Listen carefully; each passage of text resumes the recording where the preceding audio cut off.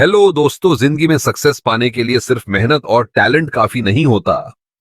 सबसे जरूरी होता है आपका माइंडसेट, आपके विचार, आपका जज्बा और आपका भरोसा खुद पर।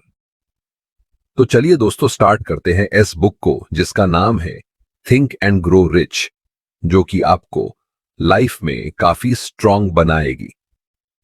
Chapter 1, thoughts are things. सोच में है पावर। नेपोलियन हिल कहते हैं कि हर सफलता एक थॉट से शुरू होती है।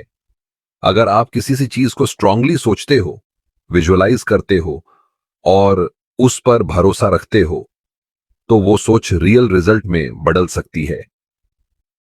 एडविन सी बार्न्स ने सोचा कि वो थॉमस एडिसन के साथ काम करेगा। उसने काम किया, स्ट्रगल किया और सोच को सच बनाया। सोच सिर्फ इमेजिनेशन नहीं है, बल्कि क्रिएटिव एनर्जी है जो आपका फ्यूचर डिसाइड करती है। Chapter 2, desire. इरादा पक्का करो।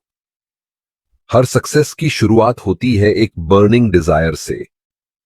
सिर्फ सपना देखना काफी नहीं, उसको अचीव करने का जुनून होना चाहिए। हिल एक 6 स्टेप प्रोसेस बताते हैं। आप क्या चाहते हो? पैसा, गोल या कुछ और? कितना चाहते हो? Specific amount. उसके लिए क्या देने को तैयार हो? फाइनल डेट डिसाइड करो, क्लियर प्लान बनाओ। रोज अपने गोल को लाउडली पढ़ो। थॉट तब तक पावरफुल नहीं बनता जब तक उसमें डिजायर का फ्यूल ना हो। Chapter 3, faith. अपने विश्वास से जीत बनाइए। आपके सबकॉन्शियस माइंड में जो भी भरोसा होता है वो आपके रिजल्ट्स में दिखाई देता है। फेथ एक ऐसी इमोशनल एनर्जी है जो आपके गोल को सक्सेस में कन्वर्ट करती है। आपको खुद पर और अपने गोल्स पर पूरा बिलीव होना चाहिए। अफर्मेशंस और ऑटो सजेशन से फेथ डेवलप होता है। रोज खुद को याद दिलाओ कि मैं कर सकता हूं। Chapter 4, auto suggestion. दिमाग को ट्रेन करना। ऑटो सजेशन का मतलब है अपने सबकॉन्शियस माइंड को पॉजिटिव थॉट्स से फीड करना।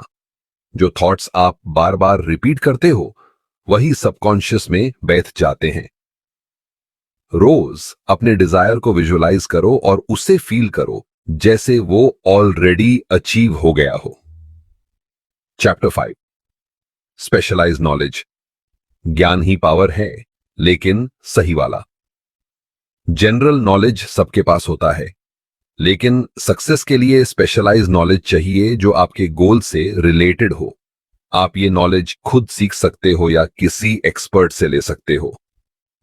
एग्जाम्पल, फोर्ड के पास इंजीनियरिंग डिग्री नहीं थी, लेकिन उसने स्मार्ट लोगों को हायर करके नॉलेज यूज किया। Chapter 6, imagination. कल्पना की ताकत।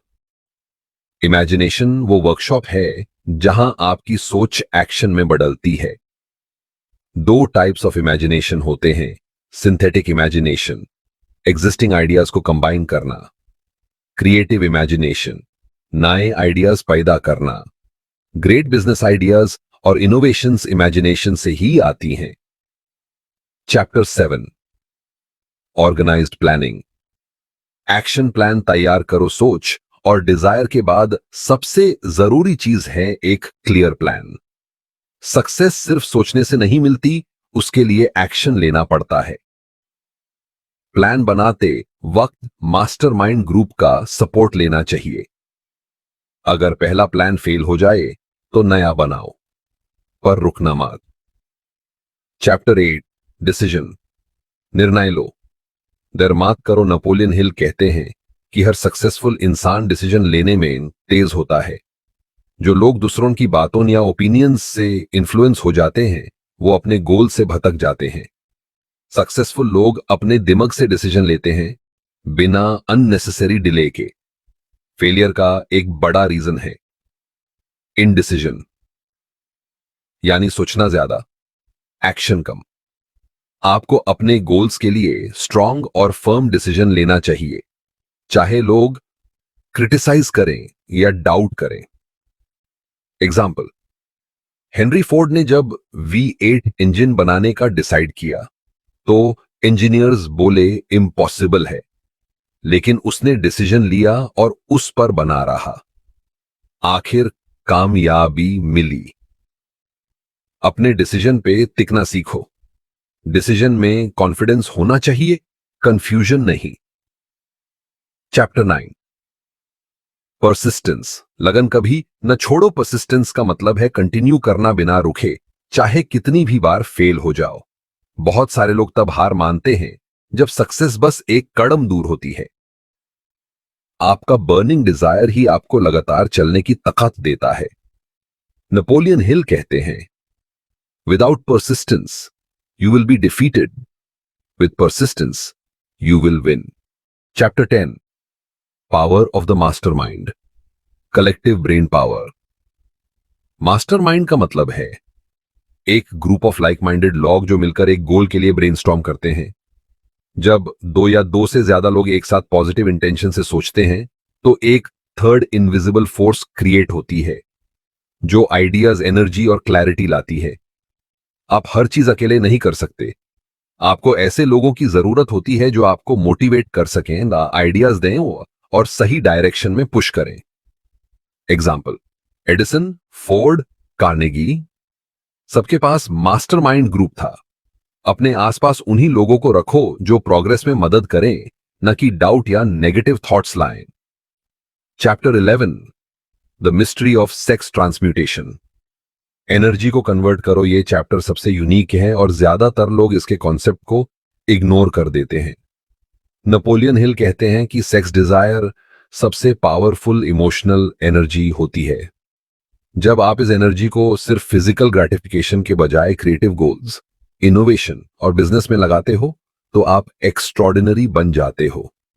इस प्रोसेस को कहते हैं सेक्स ट्रांसम्यूटेशन, यानी एनर्जी का डायरेक्शन बदलना। Lust to legacy, passion to purpose. Chapter 12, the subconscious mind, अंतर आत्मा से कनेक्शन। आपका सबकॉन्शियस माइंड हर थॉट और इमोशन को स्टोर करता है। जो आप बार बार सोचते हो वही सबकॉन्शियस एक्सेप्ट करता है। उसके बाद वही आपके एक्शंस और रिजल्ट्स को गाइड करता है। अपने सबकॉन्शियस को पॉजिटिव, क्लियर और confident thoughts do. Chapter 13, the brain, सोचने की मशीन। ह्यूमन ब्रेन एक ब्रॉडकास्टिंग और रिसीविंग स्टेशन है।